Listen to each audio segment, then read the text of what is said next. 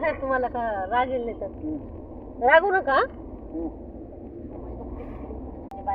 बाहेर देशात आणि दिल्लीच्या पोलीस हा हे दोघांचं चांगलं आहे म्हणजे चांगलं आहे म्हणजे ते कोणी बी माणूस त्या दोघांचं चांगलं सांगू राहिले.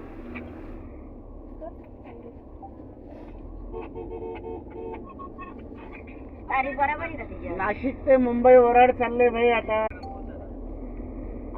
2-3 तास लागतात. ऋतुबाई थंडी का तिकडे हा काय खातो ऋषी काय खातो हा फुटाणे नको बघ पाठीमागे किती पंटन बसली बघ